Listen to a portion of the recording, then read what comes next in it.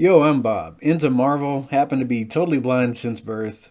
Talking about X-Men the Animated Series, Season 3, Episode 10, Longshot.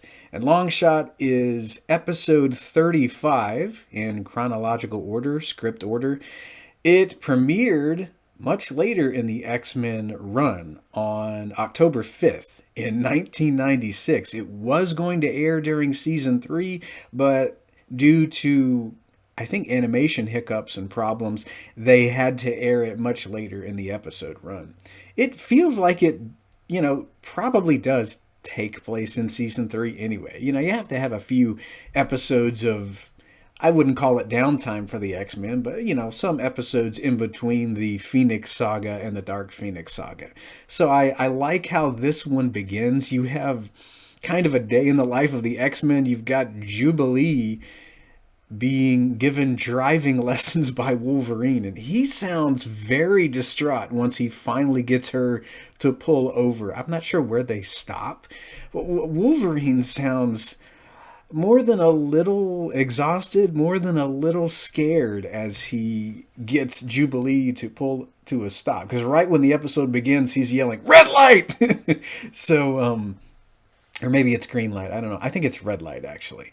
And it's a pretty amusing moment. I wonder if Jubilee tends to take a lot of swerves. She might, drive for a bit and then jerk to a sudden stop. When I ride with someone who drives like that, and yes, I have ridden with more than one person who drives that way, I get nauseous in rather short order. So I wonder if Wolverine might get a bit carsick himself. I'm glad that I can't see when I'm riding with someone who tends to drive that way, but ooh, yeah, that tends to make me very nauseous very fast. Maybe Logan's carsick too. So we get Longshot showing up right off the bat as Wolverine gets out of the car. He's like, oh, I'll just be a minute, and I don't know, maybe he's gonna go get him some Dramamine. I don't know. I like how things just start happening very quickly as the episode begins. You've got Longshot. He doesn't remember why he's shown up on Earth because Mojo has, of course, wiped his memory. You've got Spiral pursuing him. We get to see the War Wolves. I think it's their only appearance in the animated series. Who knows, they might show up in X-Men 97. And as I film this video, on February 15th of 2024, they have actually aired the X-Men 97 trailer, our first teaser. And that's going to be premiering March 20th. I'll probably have to take a break from doing these episode reviews and actually get into X-Men 97. But yeah, you've got Longshot showing up, and they manage to evade the Warwolves as well as Spiral. And I like that you really don't know why he's here. He doesn't know why he's here. He doesn't remember exactly what's going on. But he is trying to be the hero. So, I mean, that's kind of Longshot in a nutshell. I didn't see this one when it premiered. I missed this one, but I think it's a neat little one-off episode. Well, I mean, it is a sequel to Mojo Vision from season 2, and I like that the writers intended it to take place rather in the midpoint of season 3. And I mean, it's pretty much Longshot trying to figure out why the heck he's here.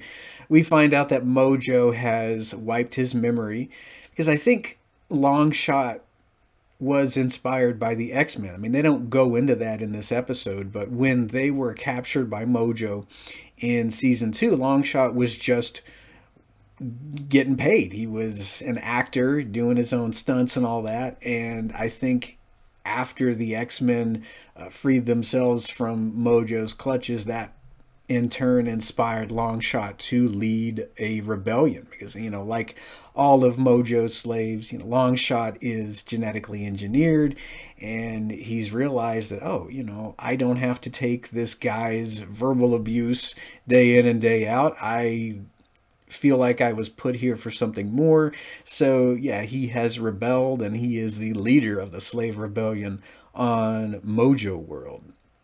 So, we gradually learn that over the 22-minute episode.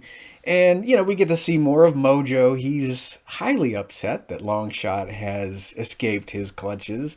And rather than going to Mojo World in this episode, Mojo decides to bring Mojo World to us, and he makes a little expedition to Earth to bring Longshot back. And so it's, a whole lot of Mojo yelling at everybody.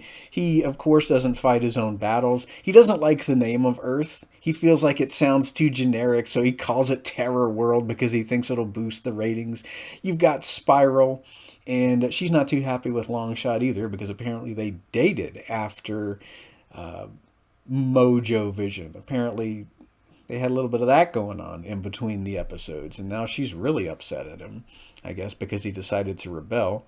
Although that might inspire her to eventually do that too. I'm not really familiar with her because I haven't read the comics. I've only seen Mojo and Spiral in these two episodes, and I mean, that's about it for these two characters. So it is kind of a, well, it does remind me of a video game level, so to speak. I mean, you've got Mojo showing up. He captures Jubilee, uses her as bait to draw Longshot out, and you've got Wolverine, Beast, Rogue is in the episode, and a few of the other X-Men. They're attempting to rescue Jubilee, so they've got to fight their way through the War Wolves.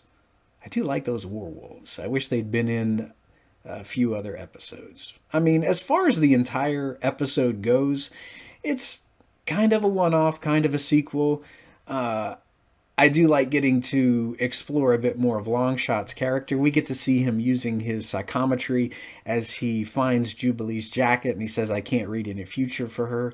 I don't know if we really saw his powers in action very much in Mojo Vision. I mean, he was just kind of upset that the X-Men were taking over his position in the spotlight. But now we get to see him using his powers to, make his own luck. He's kind of using probability to win the day here. I like how Gog calls him the lucky one throughout the episode because that is, of course, one of Longshot's powers. Although I don't know if he selfishly used his powers and caused anyone to have bad luck in this episode, because I did read some time back that he can do that. I do think we got to see him throwing some of those knives that the action figure I used to have. He came with knives, so he's throwing some of those in the episode. We get to see Quark in the episode as well, so I thought that was interesting. They had a lot of Quarks back in the day. I feel like Quark in the 90s was kind of a peg warmer. I do remember seeing that action figure everywhere. I never picked Quark up, but I thought it was pretty interesting that they made him. He was everywhere in the 90s, though. So he kind of had a little cameo in the episode. He does a bit of fighting alongside the Werewolves and Gog. And there is a pretty good bit of reused dialogue from earlier seasons in this episode. I know Rogue's Remember Me, Bright Eyes is taken from Time Fugitives, parts 1 and 2. We hear Rogue asking, "Y'all right, hun?" And I do believe that is taken from The Cure when she saved Jean. I think it's taken from The Cure. And of course, you've got Jubilee in the episode. I like how she's really crushing hard on Longshot. And we get a nice callback to the pilot at the beginning of the episode, I think, when Jubilee is attempting to save Longshot. I think she says something like, "Jubilee, Princess of Pyrotechnics, commands you to release the human." And of course, that goes all the way back to, when she was captured by the Sentinels in the Salem Center Mall, and Storm says, "Storm, Mistress of the Elements, commands you to release that child." So I like how Jubilee is kind of, making a bit of a callback to the pilot. I thought that was pretty cute there in the episode. And that's kind of how the episode ends. You have everyone making it to Mojo's makeshift base of operations on Earth. I think he's about to total Longshot, but I think Jubilee might knock him out of his chair with her pyrotechnic powers. And Mojo is all mouth. I mean, he's constantly berating people, but when you have him cornered, Mojo's like, ah, come on, guys, I was just kidding. We can all go home now. There's no hard feelings, right? And then he starts screaming for Spiral to get him the heck out of there. So I like how he's not really all that much of a threat if you can fight past his war wolves and those who work for him. He's just a really angry, overworked executive, always having a bad day, I guess. And I think Mojo is actually drinking more of that. I don't know, maybe it's some kind of intergalactic Pepto-Bismol, interdimensional Pepto-Bismol, because this guy, I would imagine he probably has ulcers on ulcers, constantly stressed. And I like how the Major Domo came up with the idea for Mojo to head to Earth. And of course, Mojo, he takes the credit for that idea.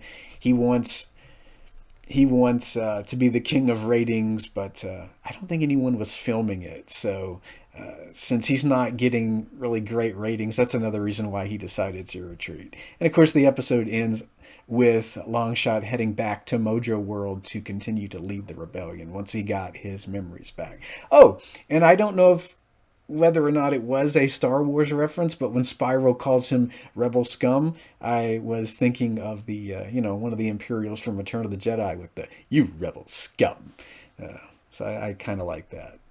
I was getting into Star Wars at that point in 96, 97. I probably would have thought that was a Star Wars reference at the time if I'd seen the episode. I think I saw it maybe in reruns.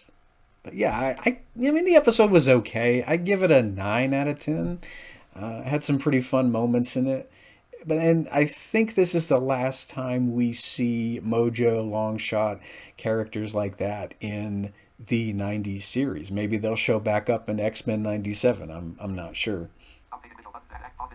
So next time we're going to be talking about Cold Comfort, which was always one of my favorites because we get to see a bit of Iceman. So until then, true believers, long broadcast Mojo.